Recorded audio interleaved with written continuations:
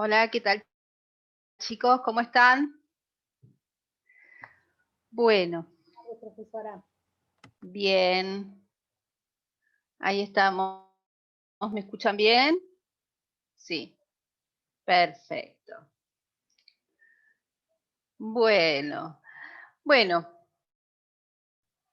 Bueno, chicos, en el día de hoy vamos a ver lo que sería la unidad 8, ¿sí? Les voy a compartir el material que traje y bueno, es una unidad muy importante, ya van a ver por qué, cuáles son los temas que aborda.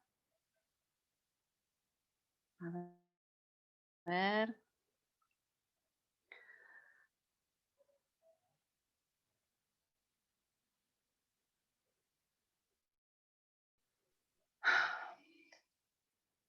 Bueno, bienvenidos a Civil 1, Comisión 7. Entonces, me vuelvo a presentar, Florencia Pérez. Bien, vamos a ver esta unidad relativa a persona jurídica. Bien. Es importante este tema, persona jurídica. ¿Por qué es importante? Bueno, ustedes, como saben, han estudiado o ya han comenzado a ver lo que sería la persona humana. Y la persona humana tiene sus atributos, sus características propias, sus derechos, sus condiciones para ser considerada persona, bien, y todos los derechos fundamentales que giran en torno a la persona humana y el tema de la responsabilidad. En este caso estamos hablando de una persona jurídica que es una creación jurídica, bien, es una ficción, bueno, hay distintas teorías, ya lo vamos a ver, que se ha decidido asignarle a este ente características similares a las de la persona humana, con limitaciones y con particularidades un tanto significativas, que es lo que tornan al tema importante. ¿Por qué necesitaríamos crear la figura de una persona jurídica? ¿Para qué? ¿Por qué? ¿Cuál sería el rol? No sé si quieren habilitar los micrófonos, si quieren decir algo, estaría bueno, lo pueden hacer. Si no, sigo.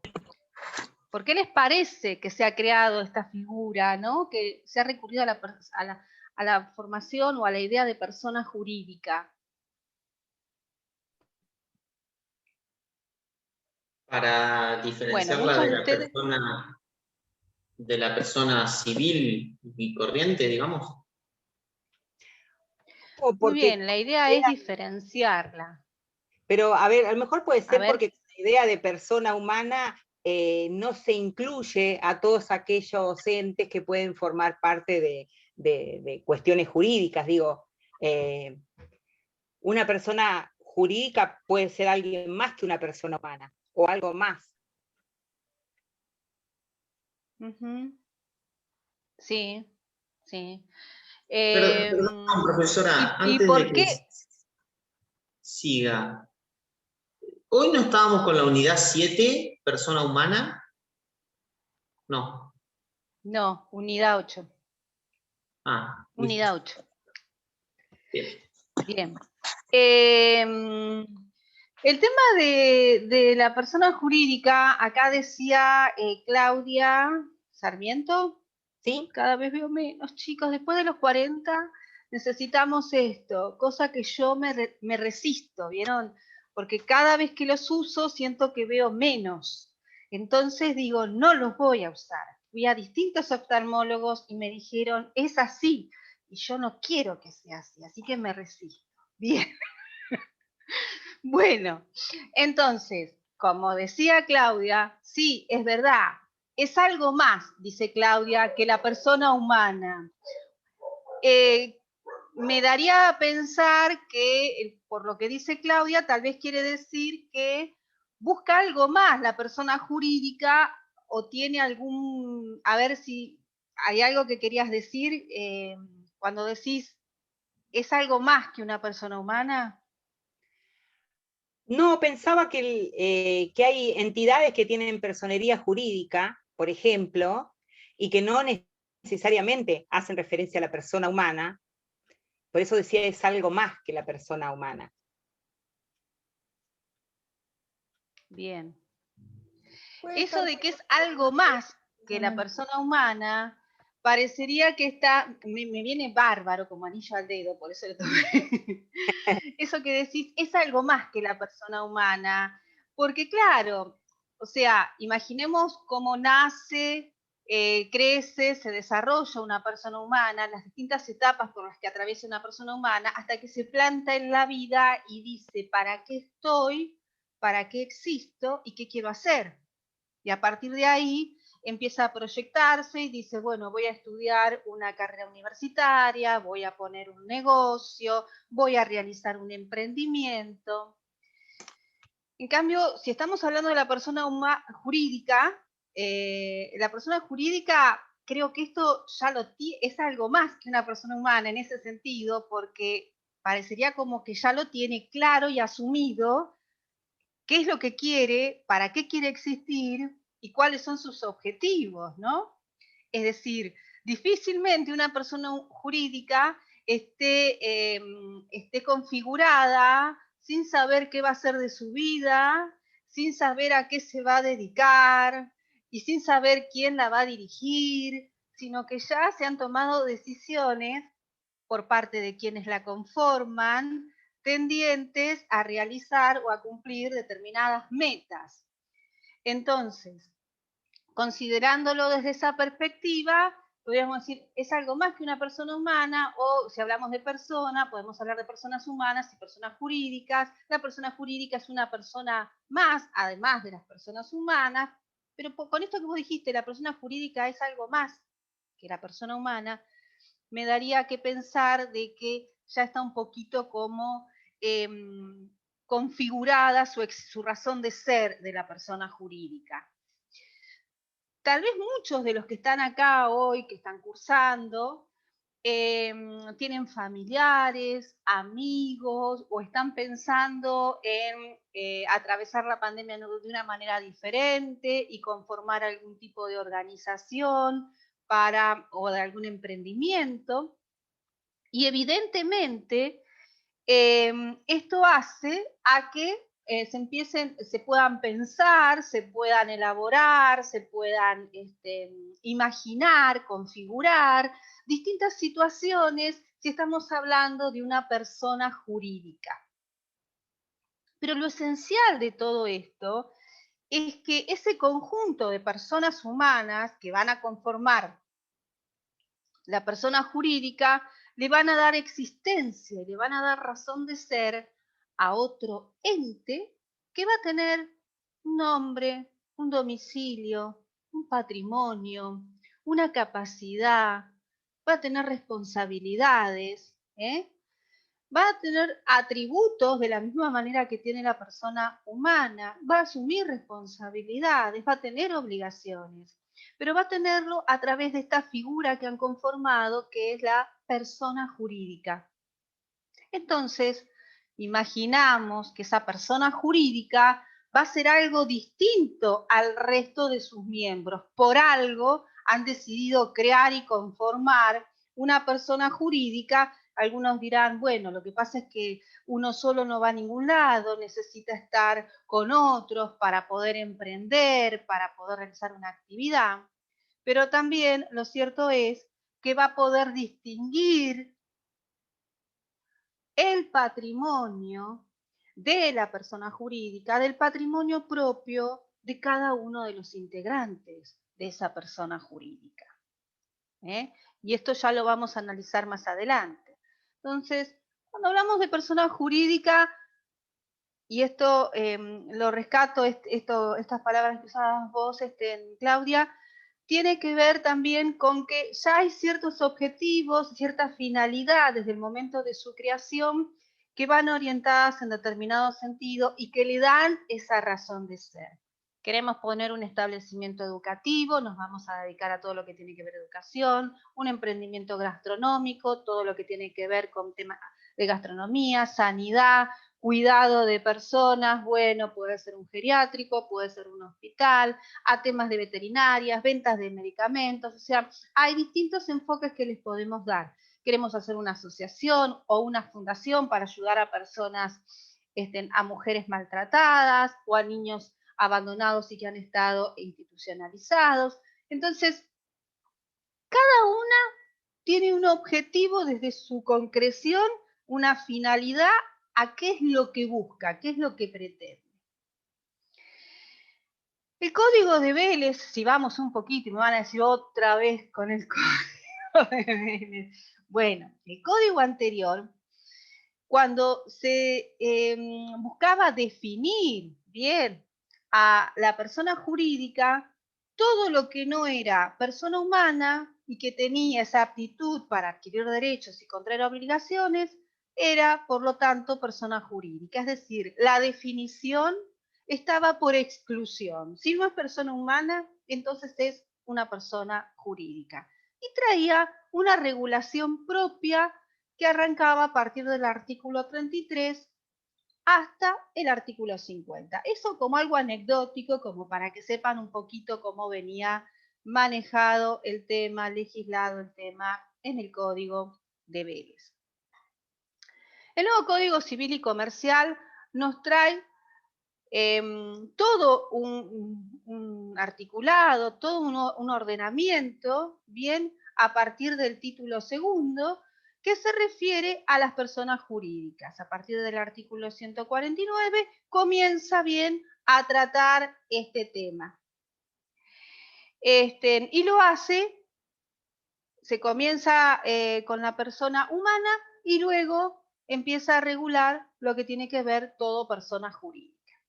Y voy a hacer una salvedad, una aclaración.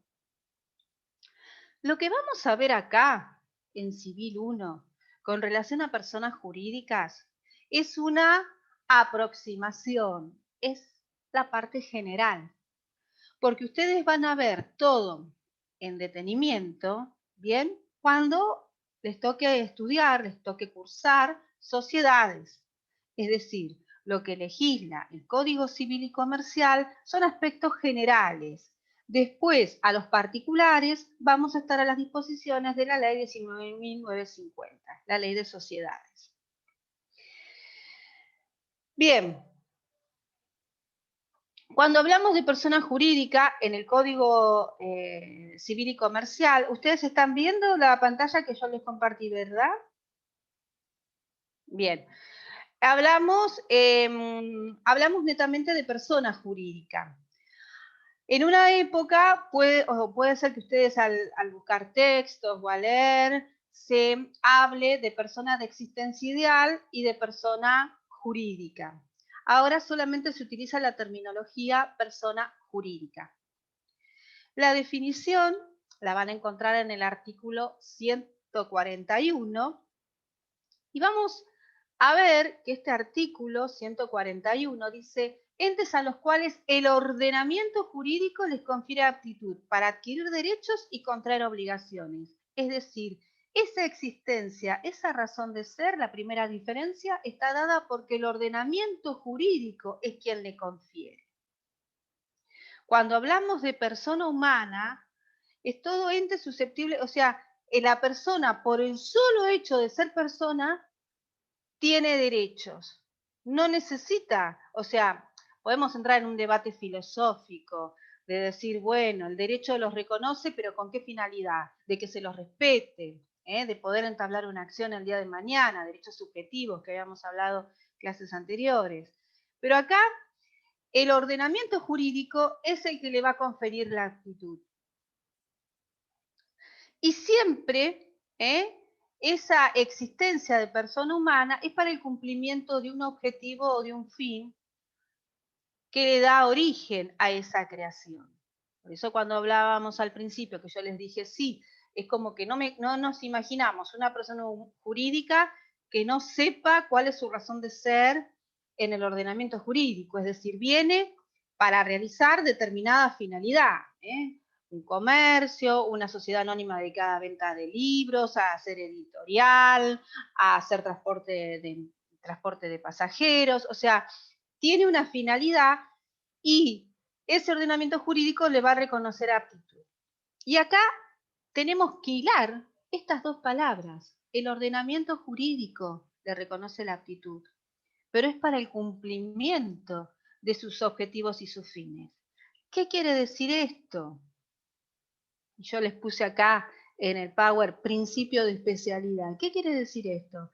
Quiere decir que esa capacidad que le voy a dar a la persona jurídica, esa aptitud que le voy a dar a la persona jurídica para adquirir derechos y contraer obligaciones, va a estar condicionada a los objetivos y fines que fueron motivo de su creación. Es decir, va a ser una capacidad limitada, podríamos decir, a esos objetivos que tiene la persona jurídica. Una persona jurídica cuyo objetivo es dedicarse a cuidado de personas ancianas, a la salud, a esparcimiento de personas de determinada edad, difícilmente se pueda dedicar a gastronomía para todas las personas o a veterinaria. Es decir, ¿qué va a poder realizar esa persona jurídica? ¿Qué derechos tiene? ¿Qué obligaciones tiene? Acordes a los que surge del ordenamiento jurídico, porque el ordenamiento jurídico la autorizó a funcionar en determinado rubro, en determinada categoría, y por lo tanto solamente está habilitada para eso que tiene que ver con el cumplimiento del objetivo y los fines que persigue la persona jurídica. Por eso decimos, el principio de especialidad tiene que ver con esa capacidad especial que le da el Código Civil y que es acorde a esos objetivos y esos fines. No tiene una capacidad amplia como tiene un ser humano, que podemos decir puede realizar cuanto acto quiera, sino acá, en que hablamos de persona jurídica, va a ser limitada al cumplimiento de los objetivos y fines de que busca y que persigue la persona jurídica. Esto ya lo vamos a ver más adelante, pero de ahí la importancia que el estatuto, que los instrumentos que tienen que ver con su organización, estatutos, reglamentos, sean muy descriptivos, sean muy detallados de cuál es el objetivo de la persona jurídica para que cuando se busque determinar que es capaz para realizar determinado contrato, se va a tener siempre en consideración cuál es el objetivo de esa persona jurídica. Si no está dentro del objetivo, no podría realizar determinada actividad, determinado acto jurídico, determinado contrato. De ahí la importancia. La capacidad de una persona jurídica, vuelvo a remarcar, está limitada al objetivo y a los fines que dieron origen a su creación. No tiene una capacidad amplia como la persona humana y depende de que el ordenamiento jurídico le confiera aptitud. El ser humano tiene aptitud por el solo hecho de ser persona humana y el derecho lo que hace es proteger esos derechos. Bien, valga la redundancia.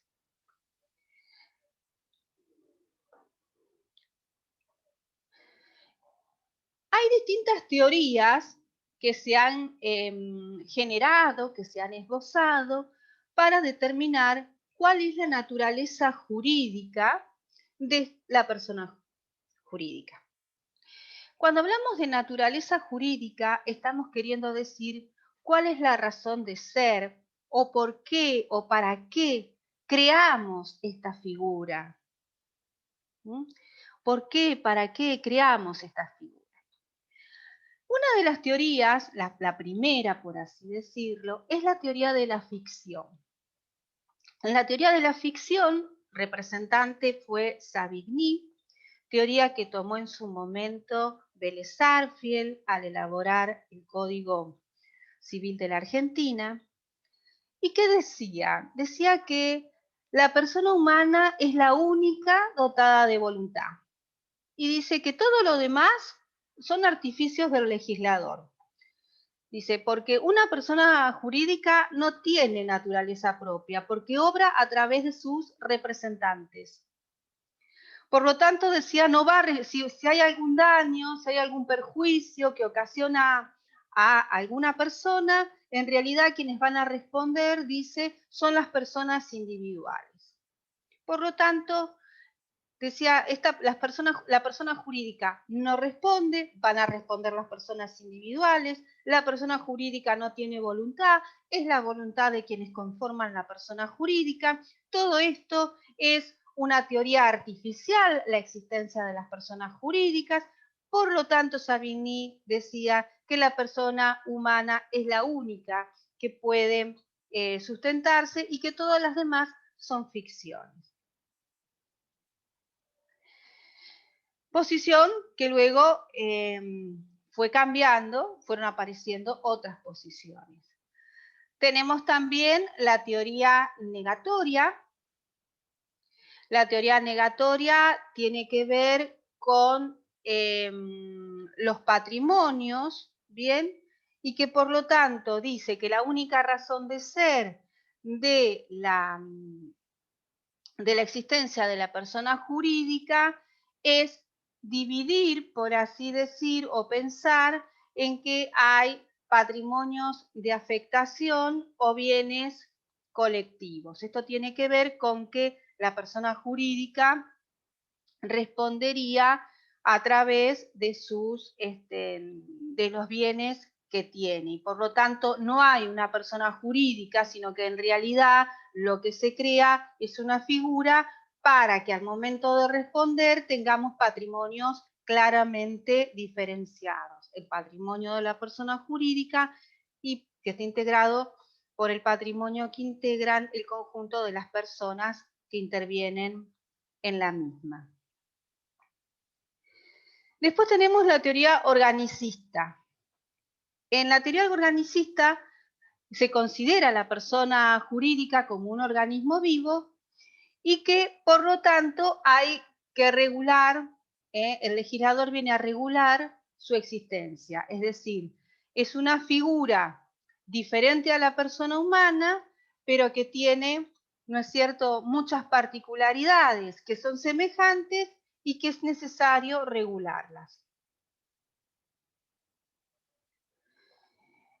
Por lo tanto, ya se empieza, como quien dice, a reconocer que es algo distinto, pero acá lo tomaría a similar, dice como si fuera un organismo vivo, y por lo tanto hay que regularla. Se conforman varias personas que se organizan y se agrupan para darle nacimiento a una persona jurídica, y a esto hay que regular. Después tenemos la teoría de la institución, que la persona jurídica es una institución con un fin y un objeto determinado. Y que las personas que se nuclean están organizadas, pero con una finalidad. Por lo tanto, tienen un objetivo, tienen un fin, un conjunto de personas que están nucleadas y que además están organizadas. Después tenemos la teoría normativista, que la teoría normativista dice que en realidad, bueno, el representante es Kelsen y desconoce la existencia, o sea, es como que en la medida en que la normativa no lo reconozca, no se le podría dar sustento a la persona jurídica, y en la persona jurídica, si no es pasible de sanción, por lo tanto, no, porque Kelsen tiene esa mirada de que todo deber ante su incumplimiento tiene una sanción. Bueno, si no se podría aplicar la sanción directamente contra la persona jurídica, por lo tanto, no podría configurarse esta idea de la existencia de una persona jurídica. Bueno, en cierto modo, la doctrina considera que en algunos aspectos se ha tomado en cuenta la teoría de Kelsen y en otros más, es decir, en la teoría de Kelsen, ¿en qué sentido?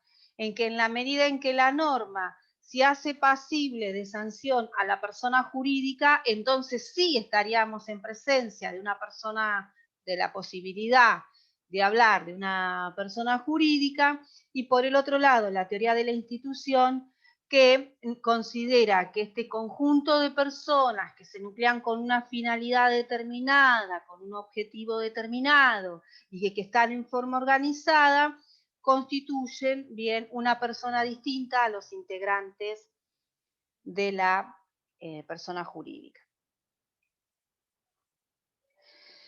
¿Cómo clasificamos a las personas jurídicas? La primera clasificación que podemos pensar es en esta distinción entre personas públicas y personas privadas. Bien, dentro de lo que sería personas públicas, vamos a decir que lo van a encontrar regulado en los artículos 146 y 147 del Código Civil y Comercial. ¿Qué vamos a encontrar? Vamos a encontrar el Estado, las provincias, las personas jurídicas que dependen del Estado, de la provincia, del municipio, las entidades autárquicas. Cuando hablamos de entidades autárquicas, son aquellas que cuentan con personería propia y tienen autonomía para tomar determinadas decisiones, como podría ser, por ejemplo, la Universidad Nacional de Mar del Plata, la Facultad de Derecho. Las personas públicas, que también se conocen como, se hace referencia a que son personas públicas, los estados extranjeros, las organizaciones de derecho público, la persona jurídica del extranjero que tenga carácter público, podríamos hacer una similitud como la Universidad Nacional, por ejemplo, de Chile, o alguna institución, algún sanatorio, bien, que dependa del Estado. La Iglesia Católica, siendo que el artículo 2 de la Constitución Nacional hace referencia a que el gobierno sostiene el culto católico apostólico romano. Entonces, en esta primera clasificación tendríamos a las personas de carácter público. Y después están las personas de carácter privado, personas jurídicas de carácter privado. A partir del artículo 148 van a encontrar, y acá hay distintas posibilidades, distintas formas, figuras que se pueden presentar. Por un lado tenemos las sociedades. Como ustedes se imaginarán, una sociedad lo que busca es un fin de lucro, es una ganancia por la actividad que realiza.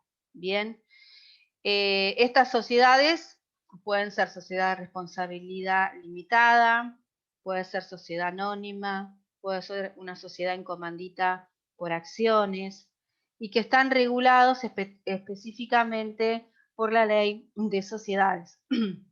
Acá en Mar del Plata, por ejemplo, se realizan los trámites ante Dirección de Personas Jurídicas, Capital Federal sería Inspección de Personas Jurídicas, donde se presenta la solicitud para la conformación, se realiza un acta constitutiva, se presenta en el estatuto, que ya lo vamos a ver más adelante.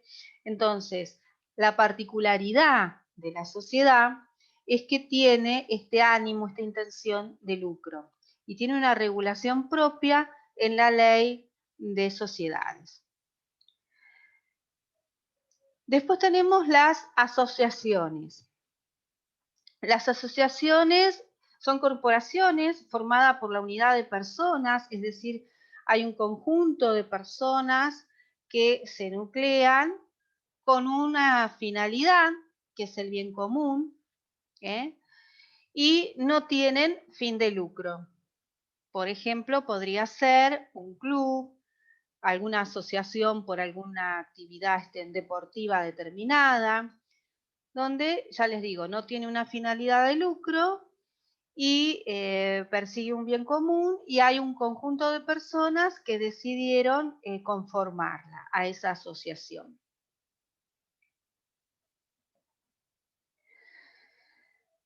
Después tenemos las simples asociaciones, que es muy similar a lo que sería la asociación, pero que en este caso no estarían necesitando autorización para funcionar.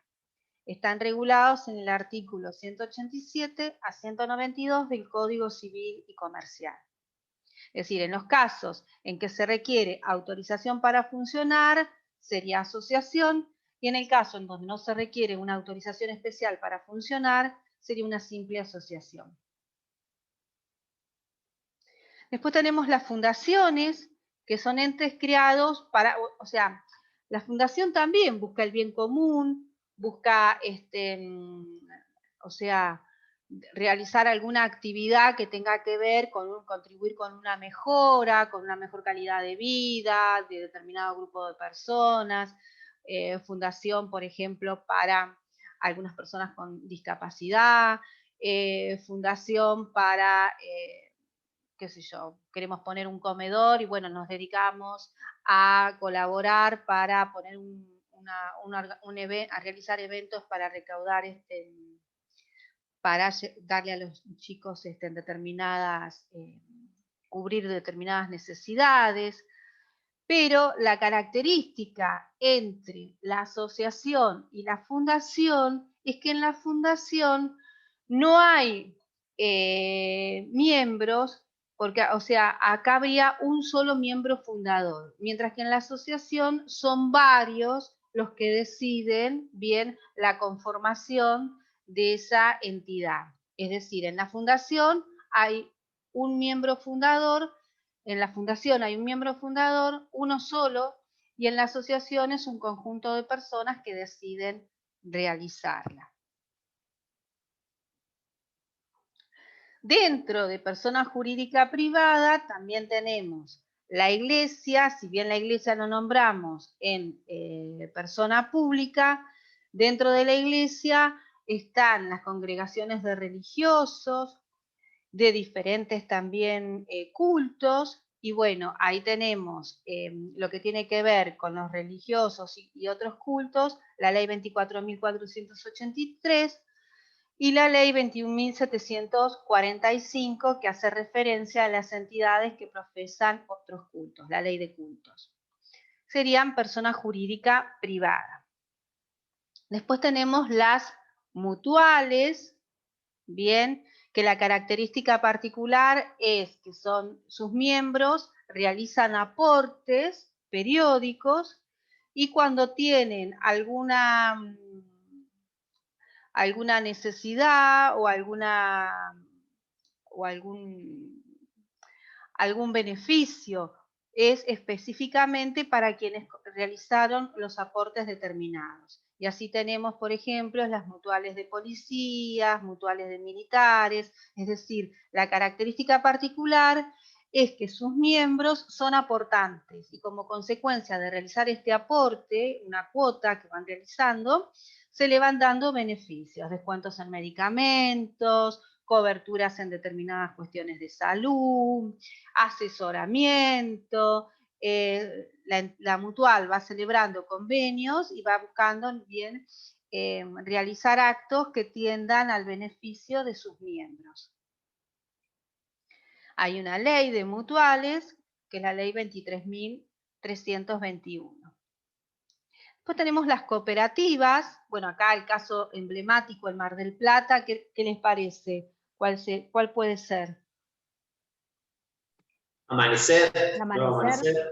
Muy bien, exacto, Nicolás. Amanecer, muy bien. Que son empresas que han estado atravesando una situación difícil financiera y que en algunas oportunidades se les permite continuar, ser rescatadas a través de sus trabajadores, convirtiéndose en lo que serían cooperativas y distribuyéndose los beneficios o las utilidades que se generan a través de esa puesta en trabajo en común. Hay distintas cooperativas, pero bueno, tienen esa característica. Y está la ley de cooperativas, que es la ley 20.337. Bien, Tenemos otra persona jurídica, que esta la conocerán muchos, que viven en propiedad horizontal, que es el consorcio de propiedad horizontal. Lindas las asambleas, ¿no? Cuando vienen las asambleas, sabemos a qué hora empiezan. No sé si alguno habrá asistido a las asambleas. Yo tengo una esta semana, ya me agarro la cabeza. Nos deja... Se pelean todos, se dicen de todo, después están una semana sin verse, hasta que después empiezan a saludarse y después todo un mes hablando de lo que hizo el administrador, que quiere robar, que no quiere robar. Pobre administrador, bien. Bueno, este consorcio, este sujeto, esta persona jurídica privada, ha sido reconocida con el nuevo Código Civil y Comercial, porque antes había un amplio debate, por así decirlo, en si era una persona jurídica o no, porque decían, es el conjunto de copropietarios que están habitando el mismo edificio, la misma propiedad horizontal, pero en sí, hoy la mayoría de los consorcios operan con cuenta bancaria, son actores para iniciar antes también, pero bueno, en el tema de ser actores para promover las demandas. O sea, el administrador, bueno, ahí ahora cuando les voy a explicar bien en detalle el tema de la capacidad, se van a dar cuenta pensando en el administrador, entra en escena el administrador, bien, ese personaje en el cual todos comienzan a analizar la rendición de cuentas, los trabajos que hizo, los que no hizo, las obras que quiere realizar. Bueno, es por lo tanto, el consorcio ha sido reconocido con el nuevo Código Civil y Comercial, persona jurídica privada. Pero después este artículo nos dice, y toda otra persona jurídica contemplada en otras leyes. O sea que esta enumeración sería enunciativa y no taxativa, es decir, que no está cerrada. Puede haber otras personas jurídicas que se las contemplen. Podría haberlo. En este momento no se me ocurre ninguna, pero podría haberlo. Si alguna se le ocurre alguna, lo puede decir. No hay problema. Pero bueno, podría haber otras. Entonces, fíjense todo lo que tenemos: sociedades, asociaciones, simples asociaciones, fundaciones, las mutuales, las cooperativas, el consorcio de propiedad horizontal. Bien. ¿Y cómo se va a regir la vida de estas personas jurídicas? Bueno, vamos a ver que tenemos las normas imperativas, que son aquellas normas que tienen carácter directivo, que las partes no pueden dejar de lado y que tiene que ver con la ley especial. En este caso, estaríamos hablando de la ley de sociedades. También las normas imperativas del Código Civil y Comercial. Cuando hablamos de normas imperativas, sepan que son normas que establecen, ¿no es cierto?, el cumplimiento de determinados requisitos para su actuar y que no pueden ser dejadas de lado. ¿Qué más vamos a tener en cuanto a lo que va a regular la vida de estas sociedades? Bueno, el acto constitutivo. El acto constitutivo, que es el acta que le da nacimiento, es el acta fundacional. Eso va a regir la vida de la persona jurídica, porque ahí está, bueno, quiénes son los fundadores, cuál es la misión, el nombre que le van a dar. Y después tenemos el estatuto que va a traer en detalle todos estos requisitos, y el reglamento que tiene que ver con cómo va a funcionar. Voy a hacer algunas aclaraciones. El acto constitutivo vendría a ser un acta donde se dice, por ejemplo, en el día de la fecha, reunidos tales personas con tales DNI, deciden bien conformar una asociación cuyo nombre será tal, que será tal, comprometiéndose con domicilio en tal lugar, comprometiéndose a realizar los actos correspondientes ante la Dirección de Personas Jurídicas para formalizar su creación, para organizar esta persona jurídica. El estatuto es el que va a traer todo en detalle: el nombre, el domicilio, cuáles son los objetivos, cómo se van a tomar las decisiones. Si no dice nada, se tomará por unanimidad.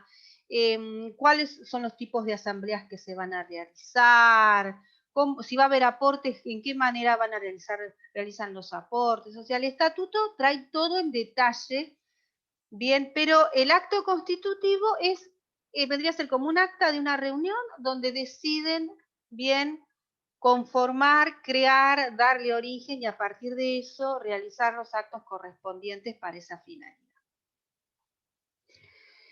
Y vamos a tener también los reglamentos. Bueno, el que vive en un consorcio me dirá, sí, tenemos el reglamento de propiedad horizontal, pero muchos edificios tienen también el reglamento que tiene las normas de convivencia. Por ejemplo, respetar el horario de silencio, si se puede o no se puede tener perro, si se ocurre algún desperfecto, a quién hay que avisar primero, la mudanza, en qué horario se tiene que realizar. Bueno, entonces todo eso son las leyes aplicables que tienen que ver para esa persona jurídica. Acá yo les estoy dando cómo vendría organizada la jerarquía, las normas imperativas especiales, ley de sociedades, en este caso ley de propiedad horizontal, las normas propias del Código Civil, el acto constitutivo, el estatuto, el reglamento, y después ya sí tendremos las normas supletorias, ¿sí? Bien, ¿cuál es? Y ahora acá sí viene el nudo gordiano, viene lo más importante. ¿Cuál es la razón de ser de la persona jurídica? ¿Para qué tenemos la persona jurídica? Supongamos que Nicolás decide poner un negocio con sus amigos, ¿bien? Y la señora, perdón, Nicolás, ¿no? Y la señora dice, o puede ser otro Nicolás, capaz que hay otro Nicolás acá. Y la señora dice, pero no ves vos, mirá si el negocio anda mal, después nos hacen juicio, nos quedamos en la ruina, palabra. Bien, terminan embargándonos las cosas, ¿cómo vas a poner un negocio? Porque vos sabés lo que representa eso. Bien, pero la idea de la persona jurídica es precisamente que este conjunto, ahora yo te defiendo, ¿viste? Este conjunto de personas que quieren conformar ese emprendimiento tengan un patrimonio distinto del propio, del individual, y lo puedan en cierta medida dejar a resguardo, ¿bien? Porque si no nadie, bueno, ya van a ver los avatares que hay. Este es un cuentito, empieza así. Nadie pondría un negocio, nadie pondría una empresa, nadie conformaría una sociedad, entonces tiene que tener cierto resguardo. Entonces los bienes de la sociedad responden por las obligaciones de la sociedad. Los bienes de la persona jurídica responden por las deudas de la persona jurídica. Esa es la razón de ser, en cierta medida, de esta persona jurídica. Por lo tanto, la persona jurídica es distinta a la persona de cada uno de sus miembros. Es decir, si Nicolás tiene una deuda, Nicolás tiene una deuda, perdón. Si la empresa que Nicolás puso, la persona jurídica que Nicolás, vamos a ponerle sociedad anónima Antorcha, bueno, Antorcha, bien, es la que tendrá que responder por las obligaciones, bien, que Nicolás suscribió, representando a la persona jurídica, pero no van a poder ir contra Nicolás. Bien, ese es el principio general. Es la persona jurídica, es ni contra Nicolás ni contra cada uno de los amigos que integren esa persona jurídica. Por eso se configura la creación de la persona jurídica. Patrimonio distinto, el patrimonio de Nicolás y de todos sus amigos no integra el patrimonio de la persona jurídica. La persona jurídica tiene que tener un patrimonio diferenciado.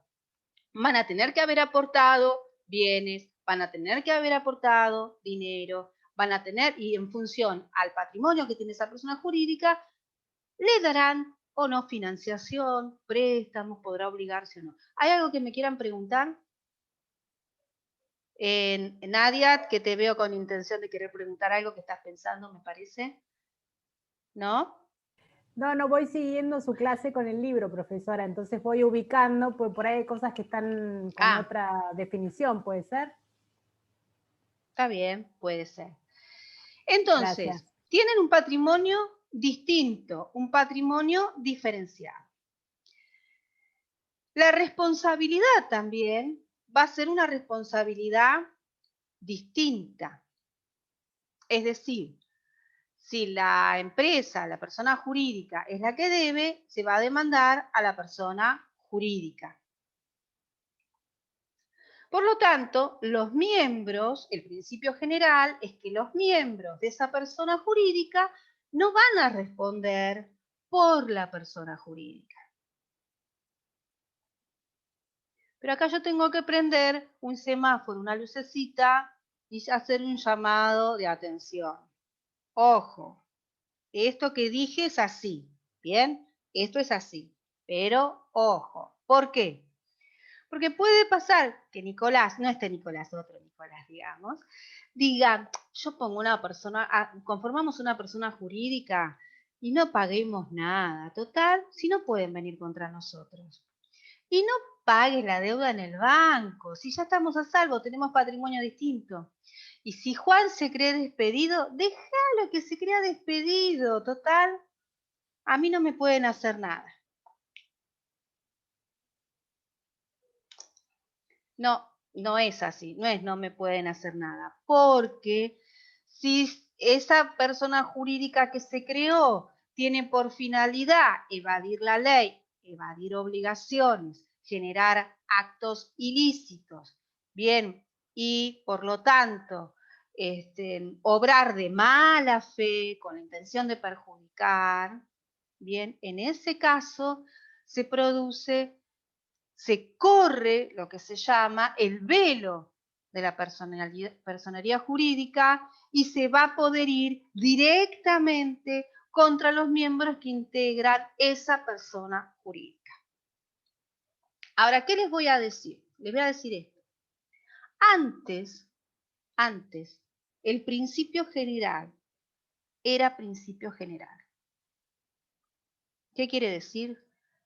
Que la persona jurídica era persona jurídica y muy excepcionalmente se podía ir contra los integrantes de la persona jurídica. Había que demostrarlo, había que probarlo y no era fácil. Ahora, el artículo nuevo Código Civil y Comercial nos trae excepciones en el artículo 144 y dice que se puede accionar contra los miembros de la persona jurídica que lo integran, corre el velo, que se llama el velo de la personería jurídica, cuando se utiliza la persona jurídica para violar la ley, cuando está en juego el orden público, cuando se afecta la buena fe, quiere decir que se está obrando de mala fe, y cuando se frustra derechos de cualquier persona. No quiero ser mala, está bien, corramos el velo de la personería jurídica. Digamos que ante todas o determinadas situaciones, pero parecería, a mi criterio, perdón, parecería que las excepciones son más amplias, más vagas, más ambiguas, más desdibujadas y podrían entrar muchas excepciones que antes no estaban contempladas. Entonces, este artículo 144 permite bien dejar sin efectos la creación de esa persona jurídica que le habíamos dado origen cuando se ven situaciones configuradas de esta naturaleza, que son tan amplias las excepciones que nos pueden hacer, como quien dice, preguntarnos, y entonces, ¿existe la persona? Qué mala que soy. No me voy a ir a ese extremo, pero ¿tiene razón de ser la persona jurídica? Porque si es para evitar que se ocurra alguna situación y no se ponga en riesgo el patrimonio propio y se responda con el patrimonio de la persona jurídica, bueno, va a haber que demostrar que se tuvo intención de violar, va a haber que demostrar la mala fe, que no es fácil, pero la frustración de derechos de cualquier persona, yo pienso que, bueno, un incumplimiento contractual es frustrar un derecho. Habrá que acreditar qué tan grave es esa frustración de los derechos que se ha generado para que se dé lugar a que se corra el velo de la personería jurídica.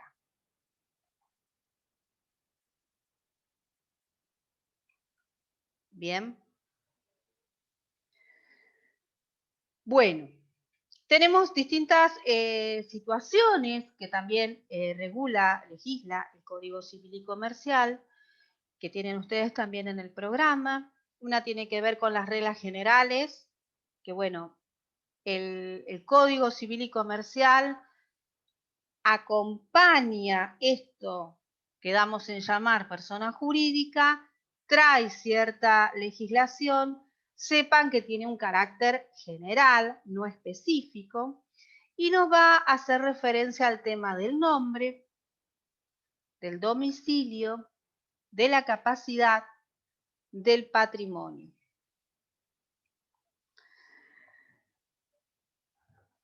Cuando hablamos del nombre, decimos que el nombre lo que hace es permite identificar a una persona de otra, poder diferenciarla. Vamos a decir que el nombre en la persona jurídica se pensaba que era un deber, pero también es un derecho que tiene la persona jurídica. Es decir, no es solamente un deber que tenga un nombre la persona jurídica para poder distinguirse de otra, sino también hace un derecho. Cuando hablamos de sociedades y de persona jurídica, tiene que acompañarse el indicativo de la forma jurídica. ¿Esto qué quiere decir? Que si es una sociedad anónima, indicar sociedad anónima, si es en comandita por acciones, sociedad en comandita por acciones, si es SRL, agregarle el SRL, si está en liquidación, agregar que es en liquidación, es decir, el nombre tiene que ir acompañado del indicativo de la forma jurídica. Otro requisito del nombre es que tiene que haber cierta veracidad, cierta concordancia entre el nombre y el objeto. Por ejemplo, yo no podría decir que tengo Geriátrico Los Abuelitos, sociedad anónima, y me dedico a la venta de repuestos, ¿no? O sea, tiene que haber una congruencia, bien, entre el nombre y el objeto. Simplemente, de repuestos de automotor. No vayan a ser mal pensados que ya estamos haciendo cosas indebidas. No, repuestos de automotor, bien. De vehículos, bien. Entonces, esa congruencia tiene que estar. Tiene que ser distintivo de otros nombres y otras marcas. Yo no podría crear una yerba que se llame Tadagüí, por ejemplo. En vez de Taragüí, Tadagüí. No, porque estaría infringiendo las normas que tienen que ver con propiedad intelectual, marcas, produciendo una publicidad engañosa, competencia desleal. Tampoco puede ser contraria a la ley, a las buenas costumbres, al orden público, Y no podría estar utilizando el nombre de una persona humana sin estar de acuerdo la persona con su utilización, ¿no? o haberse firmado, ¿no es cierto?, la documentación, la sesión para la utilización de ese nombre por parte del responsable.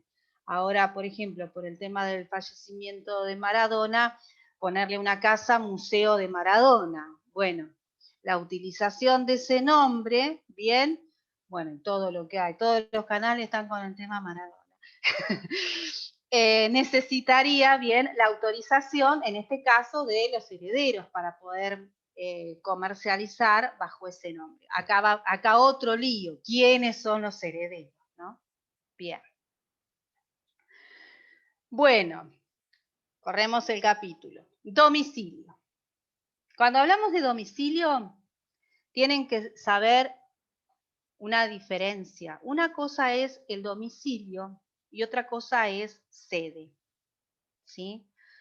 En el estatuto, ahora les voy a decir lo que está acá, pero en el estatuto generalmente va a figurar el domicilio. Cuando digo domicilio, puede ser que diga empresa Las Alpargatas con domicilio en Mar del Plata. Pero que las sedes vengan aparte en un documento en el cual se lo autoriza a funcionar y ahí se declara cuáles son las sedes y cuál es el domicilio. ¿Por qué esto? Porque si se cambiara de domicilio, deberíamos de modificar a cada rato el estatuto, con el costo que eso tiene, modificar el estatuto. Entonces, el domicilio, cuando hablamos de domicilio, alcanza con decir dónde está ubicada geográficamente, en la ciudad de Mar del Plata, en la ciudad de Córdoba. Y después, en los otros documentos, vamos denunciando el domicilio de la sede, porque puede ser que cambie durante el tiempo que esté la persona jurídica activa. Hecha esa aclaración, vamos a decir entonces que el domicilio es el asiento de la persona jurídica. Es un atributo para ubicar a la persona y nos va a servir también para determinar el juez competente.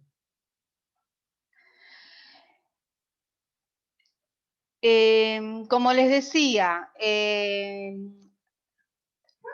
basta con nombrar la ciudad, ¿sí? Y en la autorización para funcionar es donde deberíamos indicar, en todo caso, con precisión, dónde está ubicada según las distintas sedes. La sede social tiene que establecer el domicilio concreto que tiene que ver con la organización, administración, porque ahí van a ser válidas todas las notificaciones. Puede o no estar en el estatuto. Si sabemos que va a ser ese el domicilio y no tenemos intención de cambiarlo porque el inmueble ya pertenece a la persona jurídica, o sea, es un aporte o difícilmente se vaya a modificar, bueno, puede llegar a estar. Pero si no, puede estar en alguno de los documentos donde se autoriza la función, se autoriza para funcionar a la persona jurídica y decir cuál va a ser el domicilio en concreto que va a tener para que sean allí válidas todas las notificaciones. Por ejemplo, puedo tener distintas sedes, pero el domicilio donde se reciben las notificaciones sea Capital Federal, para algún juicio, para alguna demanda, Entonces, tengo que fijar cuál va a ser el domicilio válido para las notificaciones. Después, bueno, tenemos el domicilio especial, que es para el caso en que se tengan muchos domicilios. En ese caso, tenemos que marcar cuál va a ser. Tenemos el domicilio para determinadas relaciones jurídicas, es decir, que para determinadas cuestiones sea válido tal domicilio y para otras otro domicilio. Por lo tanto, podemos tener domicilio especial o domicilio general.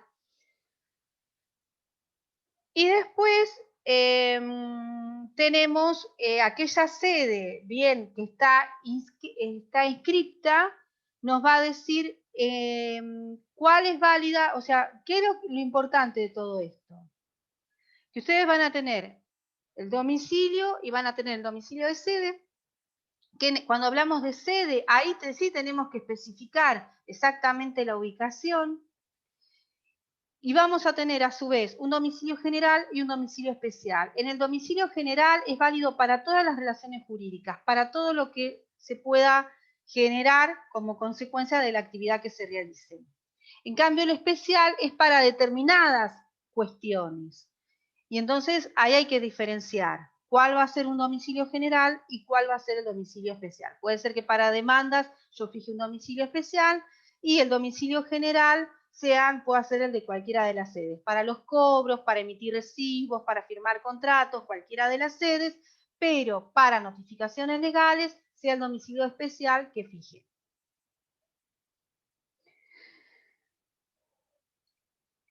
Capacidad. Bueno, la capacidad de la persona jurídica, como se los dije al comienzo, está limitada al objeto y es para cumplir las obligaciones que tuvieron en mira al momento de ser creada. Bien, por lo tanto, esa capacidad, decimos, responde al principio de especialidad. Es una capacidad especial, quiere decir que es limitada, es acotada al objetivo de esa persona jurídica. Por eso, el objeto tiene que ser preciso y bien determinado cuando se relata el estatuto.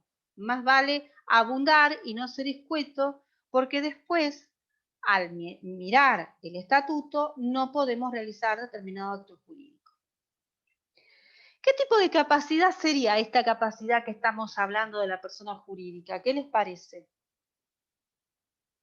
Si les parece algo, si se les ocurre algo.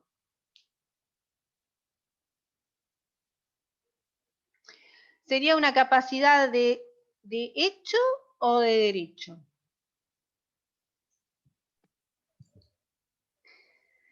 Vamos a decir que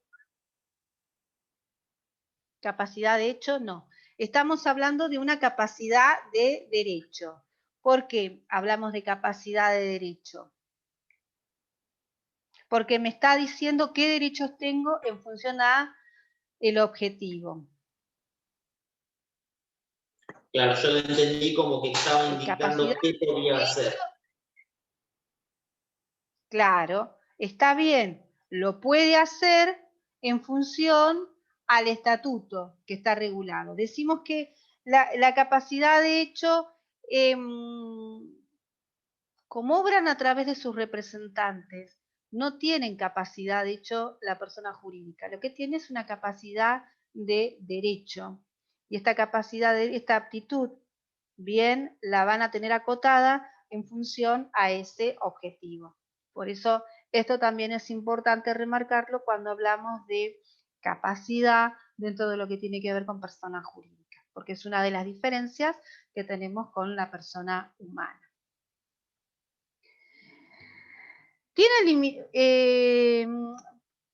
Yo estoy acá, quiero verla ahora cómo vamos porque no los quiero cansar por hacer una clase por Zoom. Bien, estamos bien. ¿Tiene limitaciones esta capacidad? Bien, pensemos. Un administrador de un consorcio puede alquilar un departamento para el plomero en el consorcio. Imaginemos que hay un departamento y se lo alquila al plomero por 3 meses. ¿Puede hacer eso? Un administrador de consorcio puede decidir cambiarle de nombre al consorcio.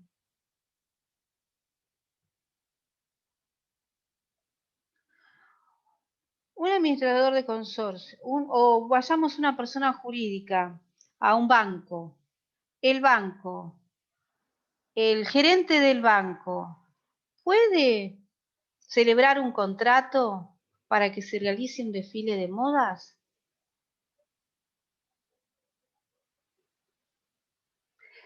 Si ustedes son abogados, ¿qué pedirán para ver qué es lo que puede hacer? Por ejemplo, les voy a dar un caso que pasó, que ocurre muy a menudo. Coarco, la constructora, que realizan caminos, rutas, demás. Resulta que trajo personal a Mar del Plata de otra localidad y personal directivo y necesitaban alquilar un departamento por el tiempo que iban a venir acá en función de emprendimientos que estaban realizando, actividades. Y salió de garantía, como fiador, la constructora, Coarco. ¿Puede salir de garantía?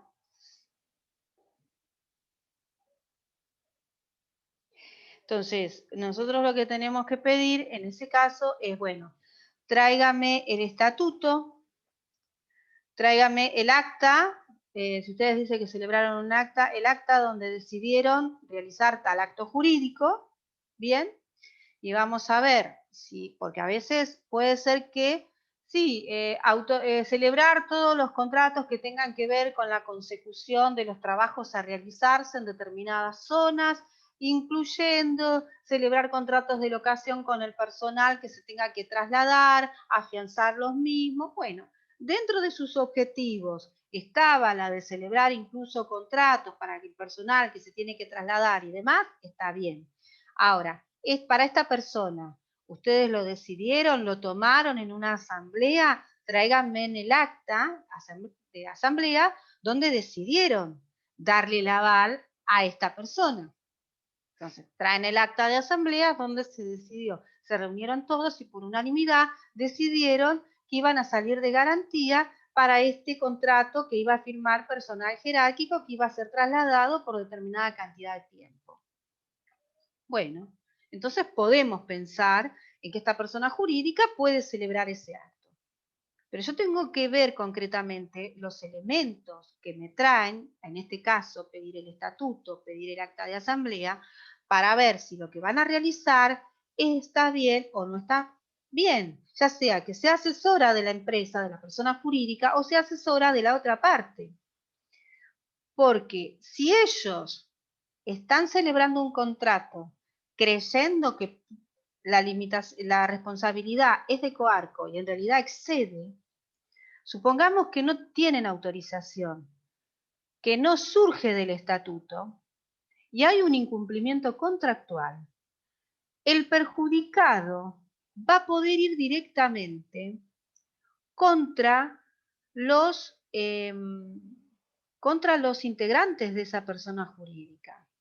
Y si fuera contra la persona jurídica, estaría mal, o si hubiera habido alguna situación de, ahora no me sale, de apariencia jurídica, y en base a eso contrataron y demás, la persona jurídica podría demandar a los representantes que se excedieron en la autorización que tenían y lo que contrataron no la obliga a la persona jurídica.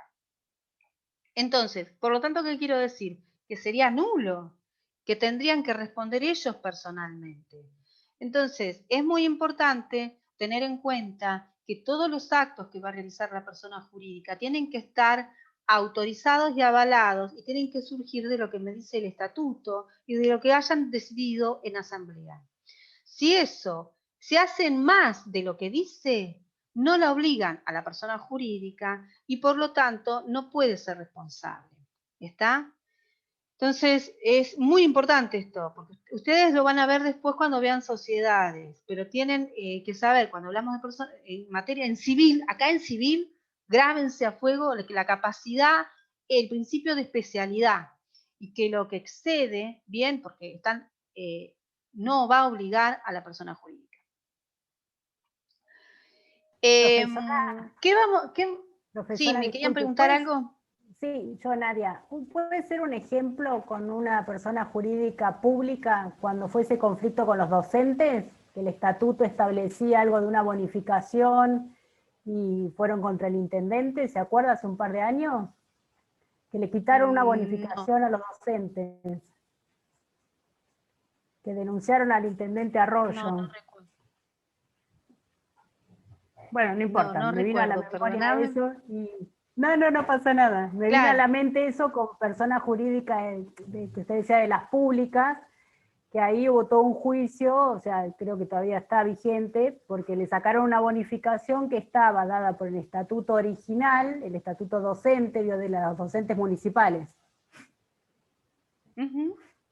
Bueno, no importa, me vino a la mente y lo quería compartir. Claro, y se la sacaron y justamente en el estatuto estaba establecida. Y bueno, me vino a la mente eso. Como no estaba escrito, y el secretario de Hacienda decidió quitársela. Ahora voy a hacer una aclaración. Esto que yo les estoy dando ahora es persona jurídica Sí. privada.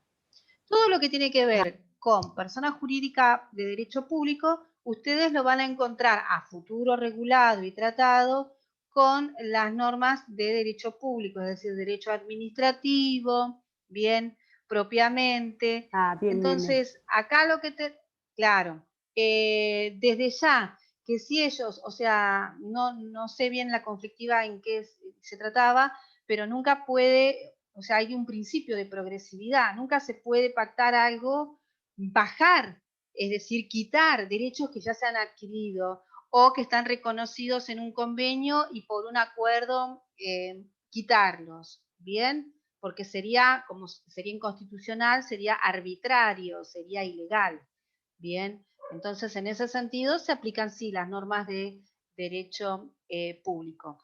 En este sentido, supongamos que fuera un tema particular, donde hay determinados contratos, bueno, ahí ya estamos hablando de un resultado, pero eso tiene que ver con la jerarquía normativa y con respetar un status quo que si se llegó a determinado estándar, ahora no se puede negociar por menos. Y eso es parte del derecho público y de los derechos que se han adquirido.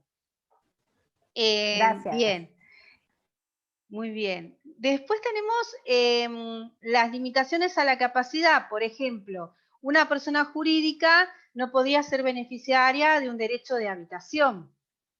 Tampoco podría tener un usufructo por tiempo, el derecho a usufructo. O sea, el usufructo como lo tenemos entendido, mientras que viva determinada persona, tendría que ser por tiempo determinado. No podría tampoco adoptar a un niño una persona jurídica.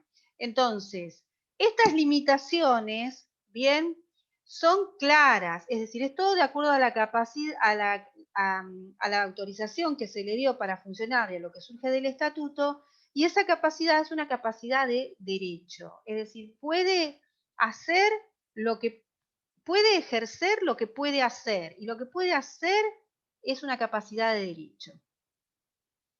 Netamente se le reconoce la capacidad de derecho. Patrimonio. El patrimonio, bueno, decimos que es un patrimonio distinto al de sus miembros, y los bienes, tal es así que los bienes están a nombre de la persona jurídica. Si se aportó un inmueble, se realiza bien la correspondiente inscripción en el registro de propiedad inmueble, se aportó un vehículo, se realiza, o sea, queda ya a nombre de la persona jurídica. ¿Cuál es la duración que va a tener la persona jurídica? Bueno, el principio general es que es una duración ilimitada en el tiempo, salvo que el estatuto disponga lo contrario, que diga, bueno, va a tener una duración de 10 años, prorrogable por otro tanto, o va a tener una duración de 5 años, pero si no, se entiende que la persona jurídica, la duración es ilimitada. ¿Cuándo comienza? Bueno, el comienzo de la persona jurídica es desde su constitución. En algunos casos se necesita autorización para funcionar. Entonces, sin esa autorización, ¿no es cierto?, no puede funcionar. Entonces, en ese caso, estamos como condicionando, estamos como necesitando que se le autorice a la persona jurídica. Una vez que se le autoriza, sería desde su constitución. ¿Qué quiero decir con esto? Que hay personas jurídicas que pueden necesitar la autorización para funcionar y otras que no. El origen general está marcado desde su constitución, salvo en aquellas que van a necesitar la autorización para funcionar. Por ejemplo, en una fundación se requiere la autorización para funcionar. Yo me preguntaba, ¿no? Bueno, siendo que la fundación tiene este fin altruista o a querer hacer el bien común, no tiene fin de lucro, ¿por qué les parece que va a necesitar, por qué podríamos pensar que necesita una autorización para funcionar? Ya vamos terminando, chicos, ya sé, es pesado, por Zoom es pesado, ya sé, ya vamos terminando. ¿Por qué les parece que necesita una autorización para funcionar? Puede ser como una Estoy poco especie de tiempo, aval o que le poner dé un relojito. credibilidad. Muy bien, Profesora, Nadia, puede muy ser, bien. Porque sí, Nadia fue la que decía, muy bien, porque creo la Fundación para los Niños Desamparados y empiezo a recaudar cosas para niños desamparados, ¿bien? Y en realidad estoy obrando de mala fe. Entonces, bueno, van a ser en cierta medida controladas, ¿bien? Se tiene que rendir cuenta de su actividad, tienen que llevar una contabilidad. Entonces, es precisamente también por eso, ¿bien? Bueno. Bueno, el estatuto. El artículo 150, cuando hablamos de persona jurídica privada, decimos que se va a necesitar un estatuto. El estatuto es la norma jurídica secundaria que emana de las partes. Es decir, no es el acto constitutivo. Acuérdense que ya se los había dicho antes. Es decir, si hay un conflicto, ¿qué vamos a mirar? Además de ver las normas imperativas especiales, lo que dice el Código Civil y Comercial, vamos a ver el estatuto. Por eso decimos que es la norma jurídica secundaria. Va a establecer quiénes pueden participar en la asamblea, quiénes tienen que suscribir el acta, cómo se hacen las autoconvocatorias, cuál es el deber de lealtad de los integrantes, quién puede ser administrador, cómo se designa el administrador. Piensen en el reglamento de propiedad horizontal para pensar en esto. Determina cómo se toman las mayorías, cómo se toman las decisiones, cómo se toman las mayorías, un domicilio, la forma de gobierno, bien, las decisiones, las atribuciones de las tareas, los miembros, la duración, cómo se van a administrar los bienes, qué va a pasar con los bienes en caso de disolución, prever eso. Bien. Bueno. Y ahora tenemos el tema de responsabilidad. A ver cuánto nos falta. Oh, bueno. Porque es un tema arduo. Responsabilidad. Bueno. Vamos a decir que el Código de Vélez, ¿qué decía? El tradicional Código de Vélez de aquellos años. Bueno, el Código de Vélez decían que no respondían por daños y perjuicios las personas jurídicas, aun cuando se tratara de delitos criminales. ¿Por qué? Porque estaba justificado en la teoría de la ficción, es decir, no hay personas jurídicas, lo que hay son personas que se organizan y por lo tanto los responsables van a ser las personas que integran esa persona jurídica, pero no la persona jurídica. Por lo tanto, por esa mirada decimos que no respondían las personas jurídicas.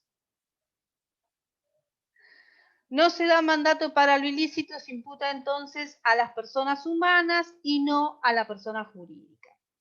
Esa era la idea de Vélez. Recuerden la reforma que se hizo en el año 68 con la ley 17.711, ahí ya se cambia la mirada y se dice la persona jurídica responde bien por los daños que se ocasionan a otras personas. El nuevo código, en el artículo 1763, nos trae la responsabilidad civil de las personas jurídicas. Y la persona jurídica responde en ejercicio o en ocasión de sus funciones, es decir, por los daños que se originan en ejercicio o en ocasión de sus funciones. Tenemos la responsabilidad por las cosas, por las actividades y cosas riesgosas, que se aplica a todas las personas, también se va a aplicar a la persona jurídica. La responsabilidad por los dependientes también se va a aplicar a la persona jurídica. Y después tenemos la responsabilidad de los administradores. Bueno, ¿qué les voy a decir con esto? Es mucho para explicárselos, pero bueno, vamos a tratar de ser simples. Cuando hablamos de persona jurídica, estamos hablando de este conjunto de personas que están organizadas, que tienen su propia normativa, que hay un propio patrimonio. Bien. En base a esa actividad que se está realizando, puede ser, por ejemplo, puede ser que se ocasione un daño a una persona humana. Imaginemos una constructora que en esa constructora se cae un objeto cuando están construyendo un edificio y ocasionan un daño a una persona, ocasionándole la muerte. Bueno, en ese caso, dentro de los sujetos responsables, de las personas responsables, vamos a tener la constructora, que tal vez sea empresa Acero, Sociedad Anónima. Bueno, Acero, Sociedad Anónima va a tener que responder. Estaba en ejercicio de sus funciones, se desprendió algo, estaba realizando esa actividad, era una actividad riesgosa. Imaginémonos un parque de diversiones donde se desprende una silla, bueno, vieron los jubilados que se fueron a Córdoba, ya estoy con las necrológicas, como mi mamá, los jubilados que se fueron a Córdoba, de acá de Mar del Plata, y murieron. Bueno, imaginemos que tenían una forma de persona jurídica, los dueños de esas sillas, ¿no?, que transportaban estas personas. Bueno, esa persona jurídica va a tener que responder. Entonces, era en ejercicio en ocasión de sus funciones, era una actividad riesgosa. Imaginemos ahora McDonald's, bien, que contrata a una persona que tiene problemas psiquiátricos o que empieza a tener problemas psiquiátricos y que ocasiona un daño a las personas que van a consumir en determinado lugar porque coloca una sustancia que le ocasiona alergia o enfermedades a las personas que van a consumir sus productos.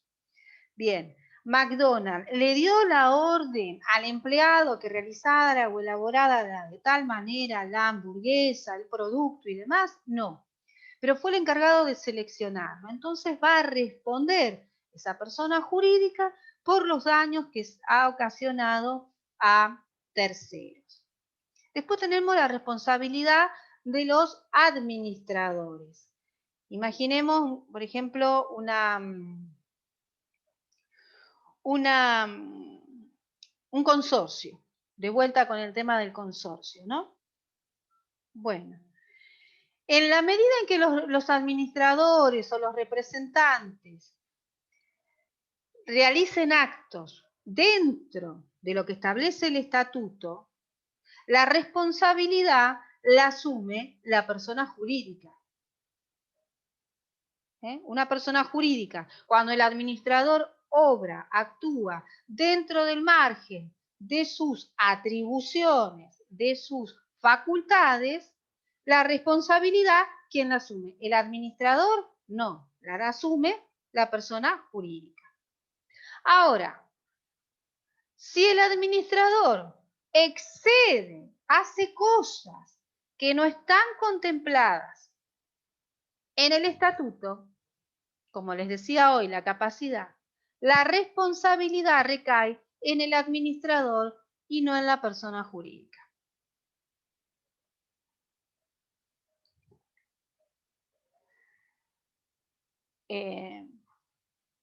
Por ejemplo, una vuelta me llamó una señora y tenía razón. Empiezan a realizar trabajos de pintura en el primer piso. El administrador estaba haciendo mantenimiento, conservación, todo. Pero en el reglamento dice, toda contratación de personal deberá realizarse, así sea temporario o para alguna obra y demás, con la aceptación y conformidad del Consejo de Administración y verificándose la contratación de seguros correspondientes. El Consejo de Administración no sabía nada y no se habían contratado los seguros correspondientes.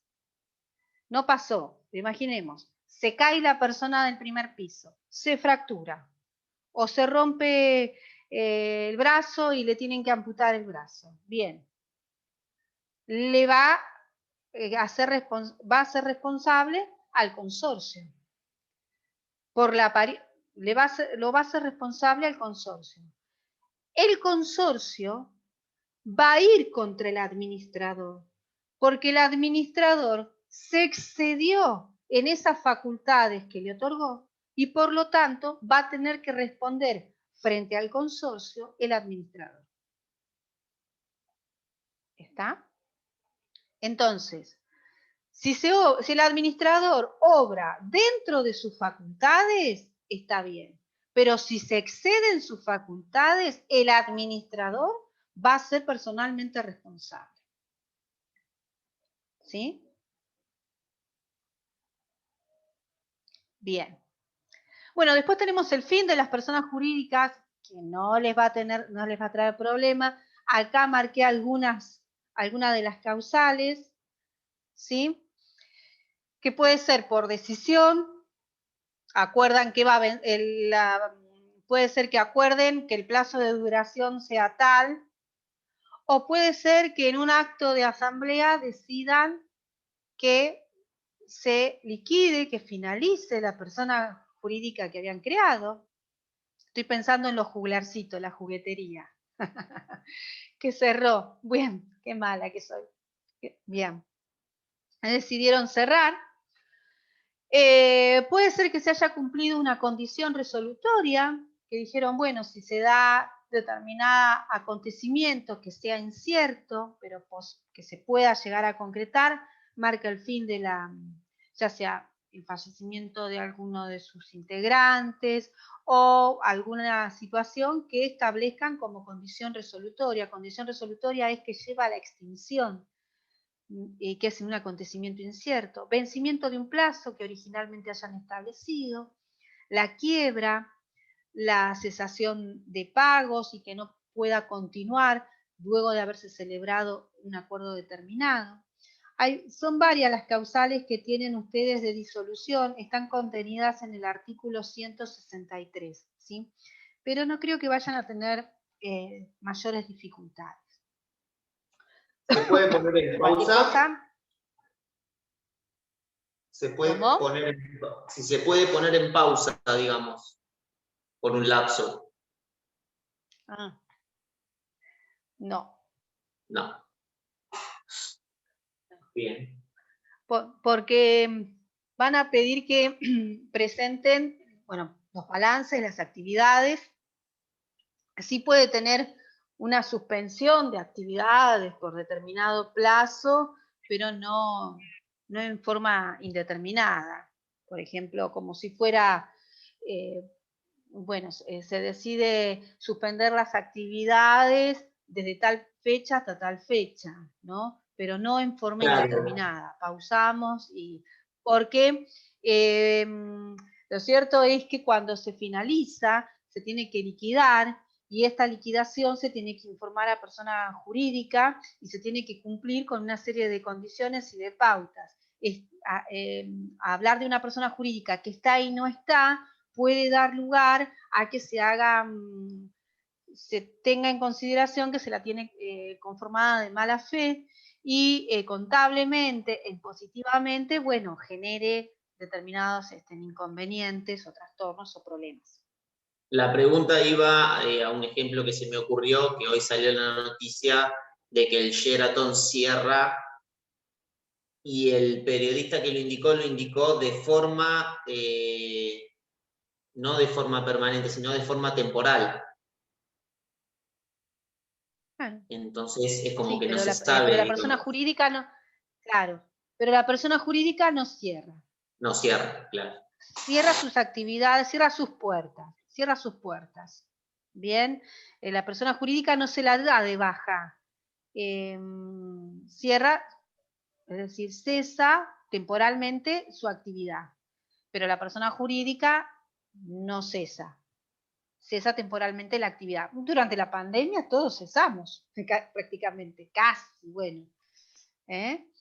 Pero temporalmente Eso puede ser porque después se declara, en algunos casos se declara la crisis de la empresa y en base a eso las indemnizaciones que hay que abonar posteriormente son diferentes. Entonces se genera un mecanismo de crisis de empresa. Pero bueno, no quiero decir que vaya a pasar esto, pero hay que ver esa suspensión, cese de actividades. Sí, pero, seguramente hay varias cuestiones en el medio. O sea, esta suspensión generalmente después termina con una liquidación. Es el paso, es la antesala a la liquidación. Difícil, o sea, acá no sé, en este caso no leí las noticias, trato de no estar tan informada últimamente. Bien, bueno, voy a leer más las noticias, chicos. Me instruyen mucho. Tema de Arroyo, tema del Sheraton, no lo sabía, ¿ven? Muy bien.